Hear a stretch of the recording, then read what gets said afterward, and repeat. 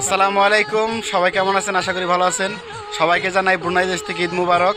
এখানে আমরা যারা আছি সবাই এখন আমাদের ক্যাম্পের আমরা এখন নামাজ পড়তে যাব। আমাদের গাড়ি আছে, 3টা গাড়ি নিয়ে যাব আমরা, আরও লোক আছে উপরে। তো সবাইকে ঈদ মুবারক। তো আপনারা কেমন আছেন? সবাইকে বাংলাদেশের ঈদ মুবারক জানান। ঈদ মুবারক।